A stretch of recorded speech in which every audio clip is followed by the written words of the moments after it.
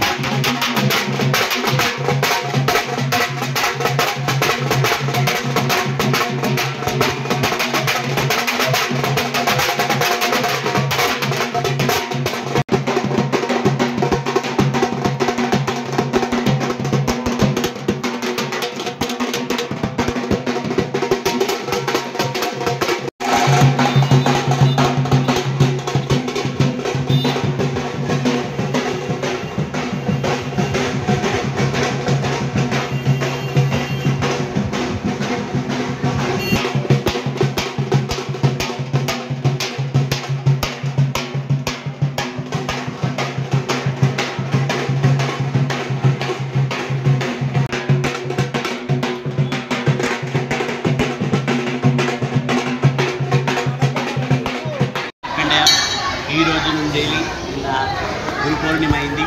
ఈ రోజు నుండి పోచమ్మ తల్లి పండుగలు మొదలయ్యాయి. అందరికీ మొట్టమొదటిసారిగా వరాలదేవి మాత మరియు పోచమ్మ తల్లి ఆశీర్వాదంతో శుభాకాంక్షలు. ఇవాళ మనందరు భివండి ప్రజలు, పద్మశాలి బాంధవులు, అందరూ తెలుగు బాంధవులందరూ పోచమ్మ తల్లికి నైవేద్యాలు ఎక్కిస్తుంటారు. ఆ నైవేద్యాలు తల్లికి చెందిన తర్వాత మన భివండి ప్రజలందరికీ సుఖ సంతోషాలు ఆనందాలతో ఉండాలని చెప్పేసి ఆ వరాలదేవి మాత మరియు ఈ పోచమ్మ తల్లిని నేను కోరుతున్నాను. అని అందరూ ఇదే విధంగా పెద్ద ఎత్తున మన పండుగ జరుపుకోవాలి, తల్లి ఆశీర్వాదాలు తీసుకోవాలి. ఇక్కడ మహాప్రసాదం అనేది ఇవ్వబడుతుంది. ఈరోజు అందరూ ప్రసాదం కూడా పొందాలని చెప్పేసి